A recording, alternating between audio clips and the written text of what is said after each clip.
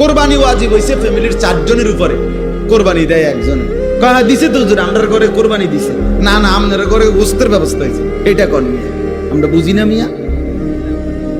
সবাই মিলে যা আব্বার নামে দিছেন, সবার টাকার থেকে অর্থ হইলো আপনার ঘরে কোরবানির দিন খাওয়ানোর কি ব্যবস্থা হয়েছে?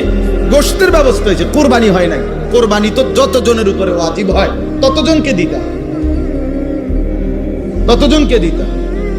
আব্বার জন্য বাড়িতে টাকা পাঠাইছি 30,000, বাড়িতে কোরবানি হইতেছে। আপনি তো প্রতি বছরই, আরে বছরের অন্য মাসে তো তুমি মিয়া বাড়িতে টাকা পাঠাও, তো হেসুমি টাকা কি কোরবানির লেগে নি দিছো?